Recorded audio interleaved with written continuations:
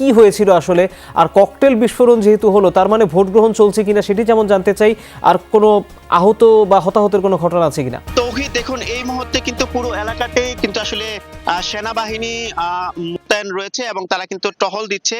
ঠিক এই মুহূর্তের পরিস্থিতিটা আসলে শান্তি। সকাল ঠিক 10:30টার দিকে কিন্তু মুহুর্মুহু ককটেল বিস্ফোরণে কিন্তু পুরো এলাকাটিতে আসলে প্রকম্পিত হয়ে ওঠে। আমা অথেন্টিক ব্রাজিলিয়ান কফি।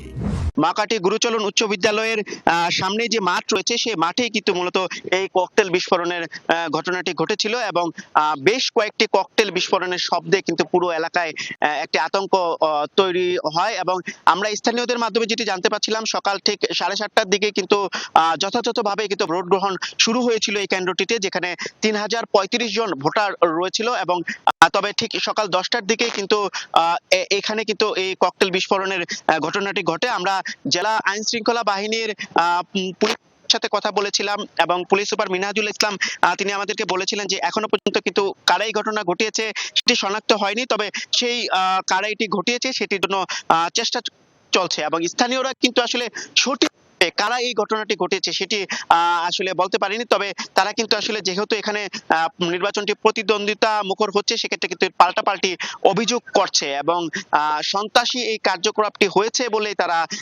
একটি পক্ষের উপর অন্য পক্ষরা আসলে দোষারোপ করছে। এবং আমরা এখানে দেখেছিলাম কিছুক্ষণ আগে কিন্তু জেলা রিটার্নিং কর্মকর্তা সৈয়দা নুরমহল আশরাফি এবং পুলিশ সুপার মেনহাজুল ইসলাম তারা কিন্তু এখানে উপস্থিত হয়েছিলেন এবং পুরো কেন্দ্রটি কিন্তু আসলে পরিদর্শন করেছেন এবং এরপরে কিন্তু সেনাবাহিনীও কিন্তু এই পুরো এলাকা জুড়ে কিন্তু টহল দিয়েছেন। এই মুহূর্তের চিত্রটির কথা যদি বলি তাহলে কিন্তু এই মুহূর্তে কিন্তু আসলে শান্তিপূর্ণ অবস্থানে রয়েছে। ভেতরে যে ভোটের পরিবেশ সেটি কিন্তু স্বাভাবিক রয়েছে, যদিও আসলে ভোটের বাইরে আসলে এই ঘটনাটি ঘটছে, তবে ভিতরের অবস্থা কিন্তু এই মুহূর্তে স্বাভাবিক রয়েছে। আপনি যেটি জানতে চেয়েছেন এবং আমাদের এই ভোট কেন্দ্রের প্রিজাইডিং কর্মকর্তা রয়েছেন মোহাম্মদ তিতমির, তিনি আমাদেরকে এই ককটেল বিস্ফোরণের ঘটনাটি নিশ্চিত করেছেন এবং তিনি বলেছেন যে আসলে এই মুহূর্তে ভোটার উপস্থিতি কিছুটা কম থাকলেও কিন্তু আসলে ভোট গ্রহণের যে কার্যক্রম সেটি স্বাভাবিক রয়েছে। আর আইন শৃঙ্খলা বাহিনীর পক্ষ থেকে জানানো হয়েছে যারা